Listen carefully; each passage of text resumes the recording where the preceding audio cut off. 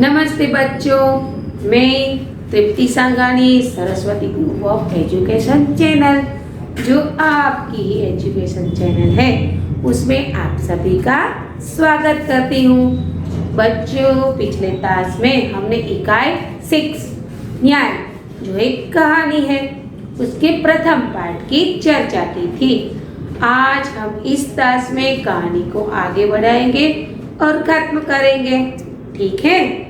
चलिए आप अपनी किताब निकालिए और चैप्टर नंबर 6 पर आ जाइए, पेज नंबर 30 और 31।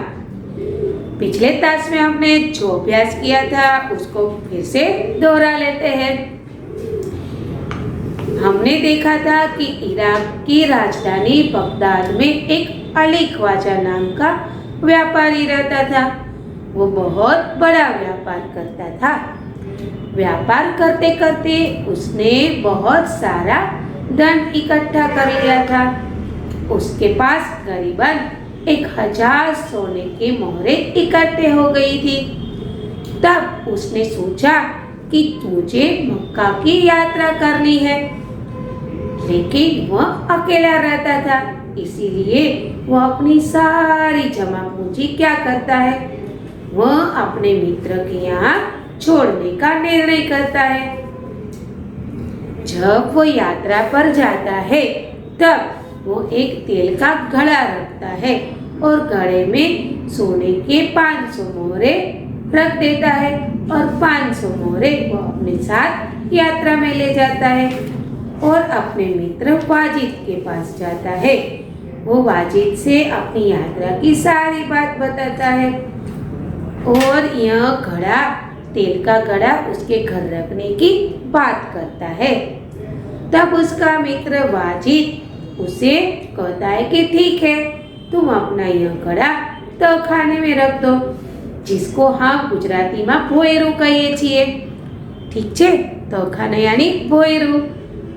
तो अली ख्वाजा क्या करता है, वाजिद के घर जाकर वह तेल का घड़ा उसके तहखाने में रख देता है और कहता है कि जब मैं वापस आऊंगा यात्रा से तब यह घड़ा यहाँ से ले जाऊंगा। फिर कई दिन बीत गए। एक दिन वाजिद के यहाँ दावत थी।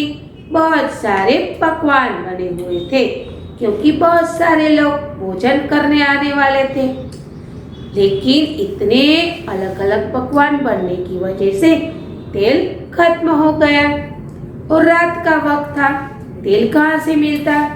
तब वाजिद की बेटी ने वाजिद से कहा कि यहाँ तेल खत्म हो गया है और अभी कोई दुकान खुली नहीं होगी, इससे बेहतर है कि आप तहखाने में जाइए और अली ख्वाजा के जो तेल का घड़ा है वो ले आइए, हम उसमें से थोड़ा तेल निकाल लेते हैं। कल सुबह जब सारी दुकानें खुलेगी तब वहां से तेल खरीद कर उस घड़े में वापस डाल देंगे। वाजिद अपनी पत्नी की बात सुन लेता है और उसे स्वीकार कर लेता है और वह तहखाने में जाकर उस घड़े में से तेल निकालता है। जब वाजिद तेल निकाल रहा था तब उसे कुछ खनकने की आवाज आई, तो उसने सोचा कि शायद इसमें कुछ है। उसने एक अलग बर्तन निकाला और उस बर्तन में ये सारा तेल निकाल दिया। फिर उसने घड़े में देखा कि उसमें तो 500 सोने के सिक्के हैं, 500 मोहरे हैं। उसने वो सारे सिक्के अपने तिजोरी में रख दिए और तेल का बर्तन अपनी पत्नी को दे दिया। बहुत दिनों के बाद जब अली ख्वाजा यात्रा पर से घर लौटा तो घर में सामान रखकर वो सीधा ही वाजिद के घर गया और वहां जाकर उसने अपनी यात्रा की सारी बातें अपने मित्र वाजिद को बताई। फिर वह अपना घड़ा लेकर अपने घर गया। उसने उस घड़े का सिर तोड़ा और तेल निकाल कर देखा तो उसमें एक भी सिक्का नहीं था, एक भी मोहरे नहीं थी। उसके पैरों तले जमीन निकल गई, यानी उसे बहुत आघात हुआ। वो निराश हो गया कि अब क्या किया जाए।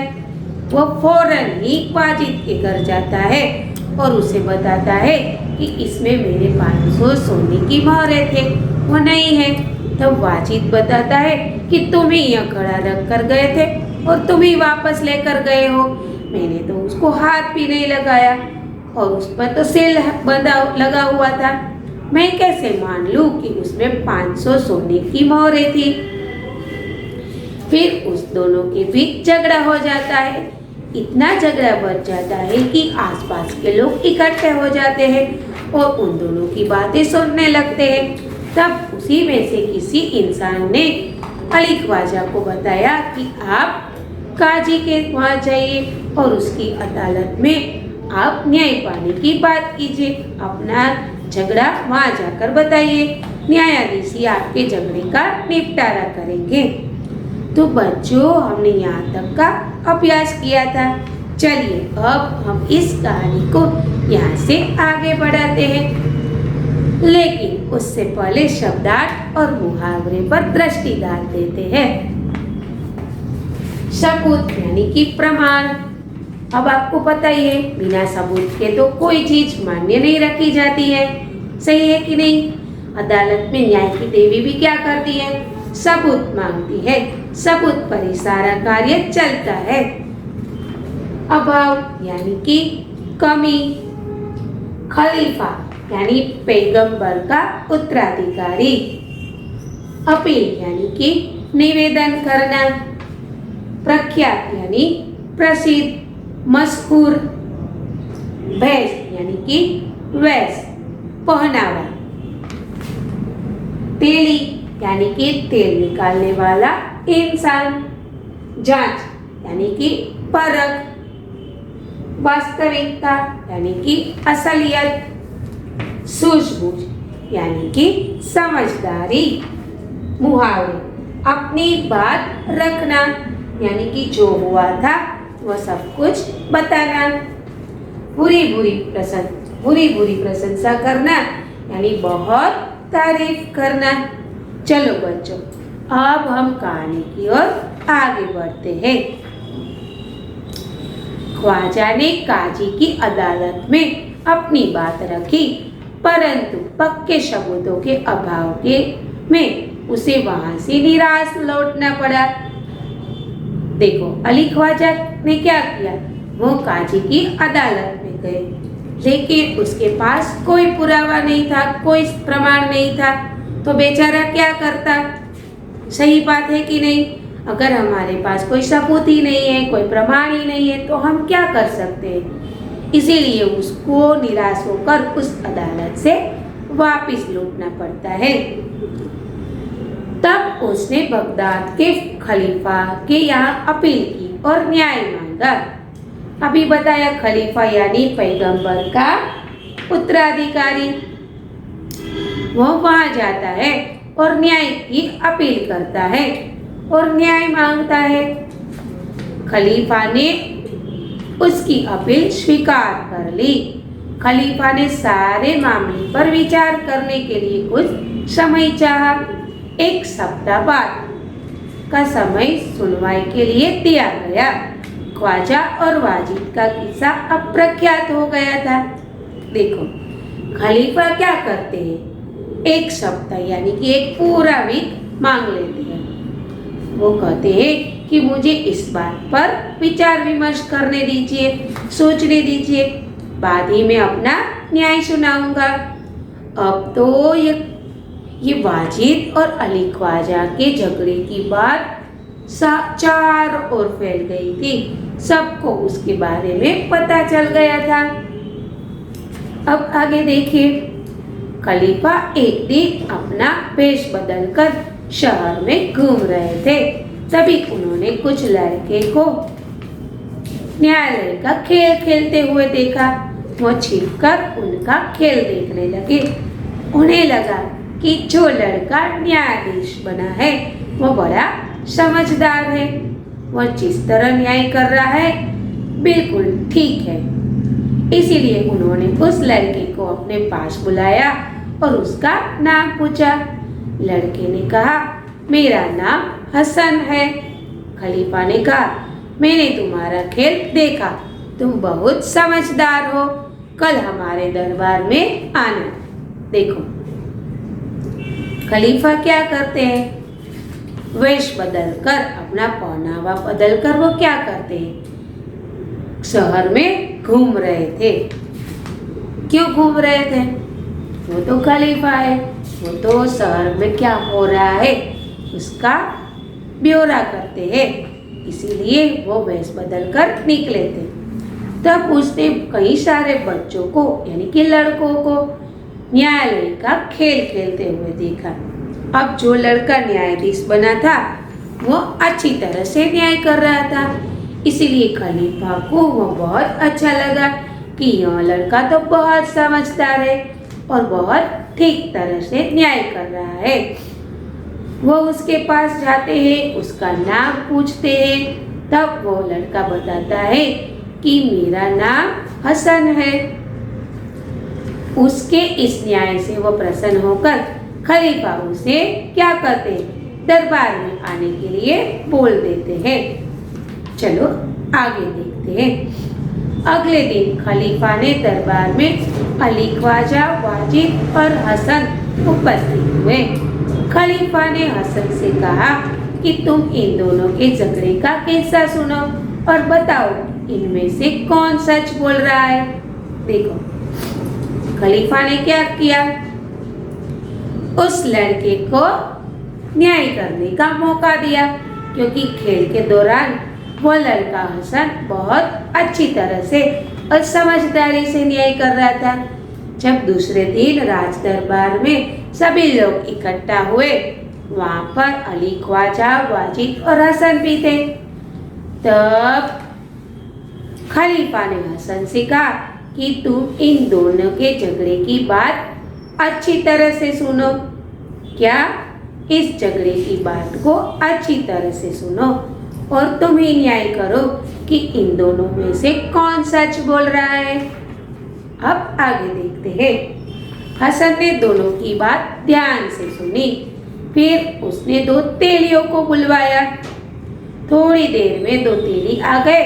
हसन ने उससे कहा, आप इस घड़े के तेल की जांच कीजिए और बताइए इस घड़े में तेल कितना पुराना है। देखो लड़का कितना बुद्धिमान है, क्या करता है, दोनों की बात सुनकर उसे निपटाने का प्रयास करता है। और वो क्या करता है, तेल की ही जांच करवाता है। और तेल की जांच करवाने के लिए वो किसको बुलाता है, तेलियों को, यानी कि तेल निकालने वाले को, क्योंकि वह अच्छी तरह से समझ सकते हैं कि यह तेल कितना पुराना है।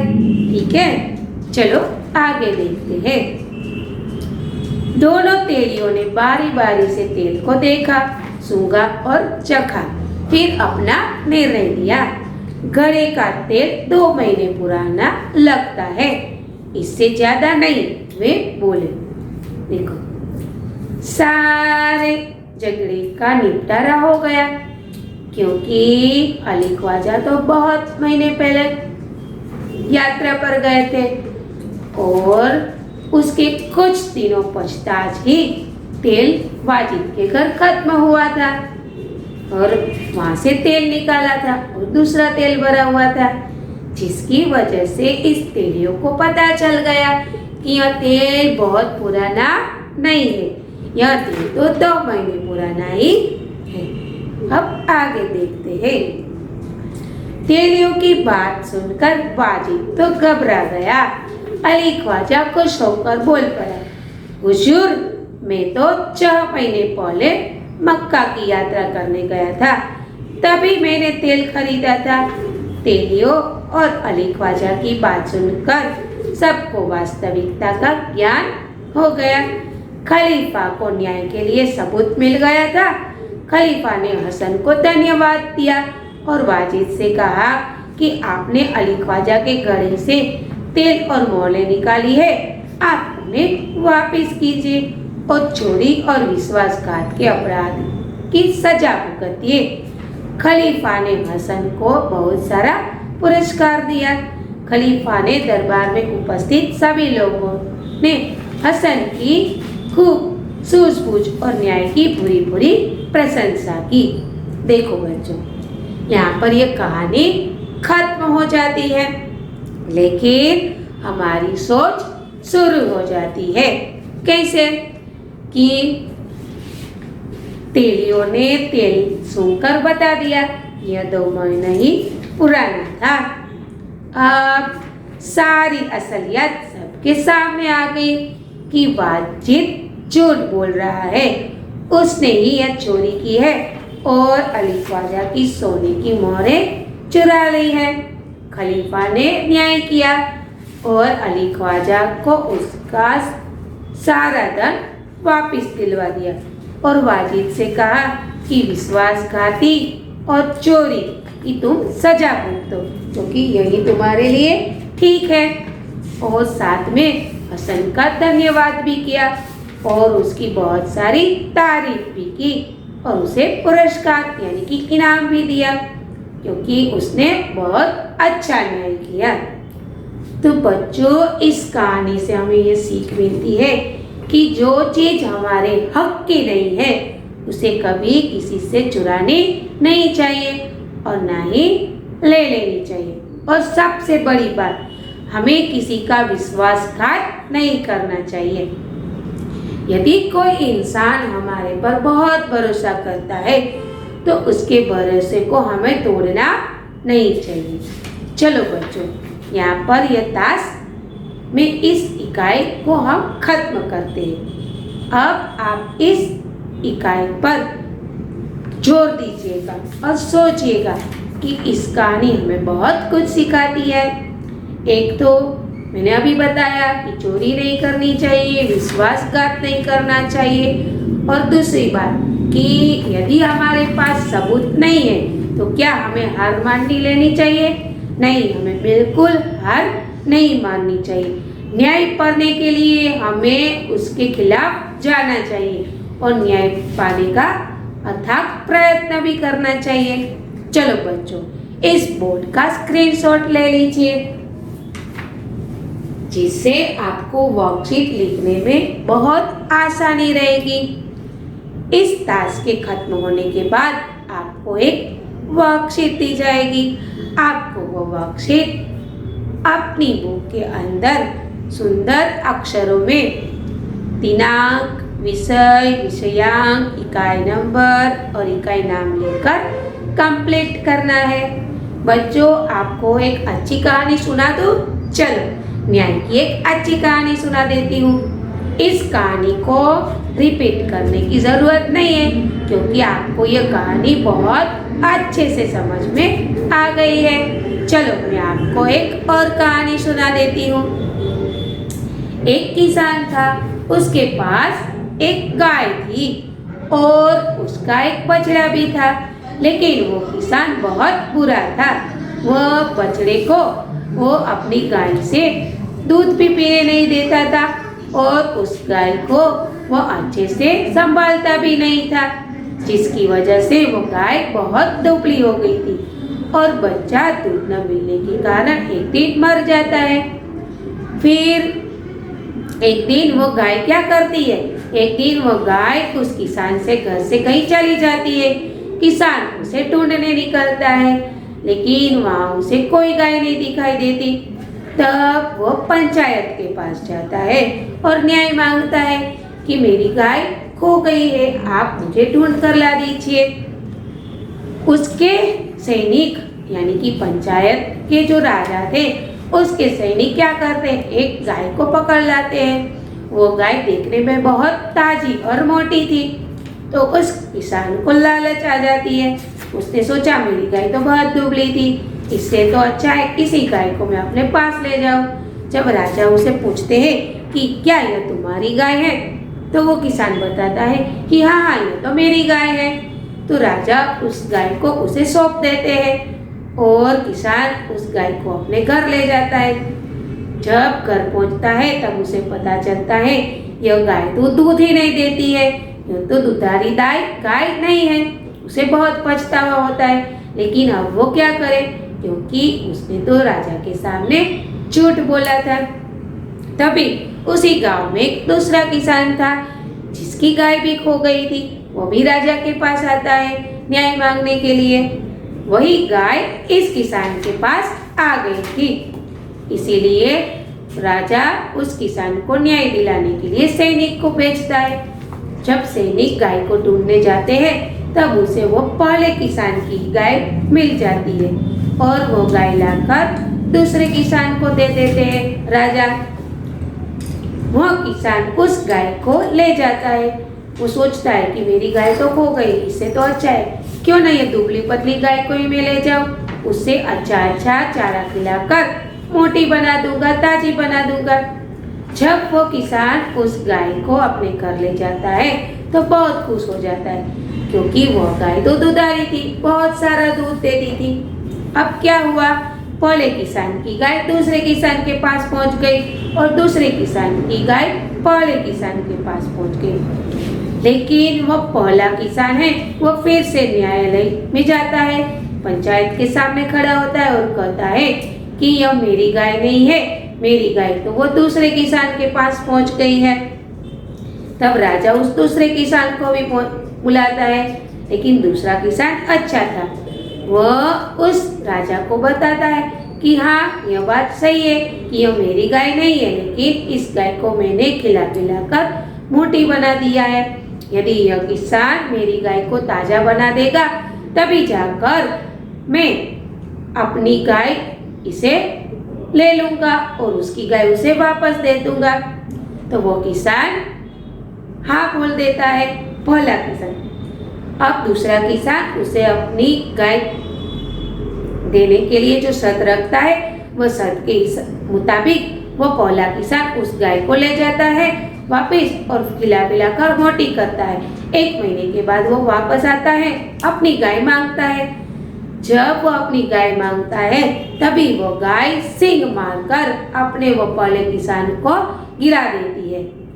तब न्यायालय में पंचायत यह न्याय करते हैं कि देखो, तुमने अपनी गाय को बहुत परेशान किया था, कुछ घास वास खिलाया नहीं था, इसके वजह से उसका बछड़ा भी मर गया, इसीलिए यह गाय तुम्हारे साथ नहीं आना चाहती है। इससे तो यही है कि यह गाय अब इसी किसान के पास रहेगी क्योंकि उसने उसका लालन पालन किया और उसे मोटी बना दिया। तुम अब इसी मोटी और नहा दूध देने वाली गाय को लेकर ही यहाँ से जाओगे। तो बच्चों, यहाँ पर यह इस तरह से न्याय मिलता है। देखा, जो इंसान बुरा करता है उसके साथ बुराई होता है। चलो बच्चों, अगले क्लास में फिर मुलाकात होगी, तब तक के लिए अलविदा, धन्यवाद।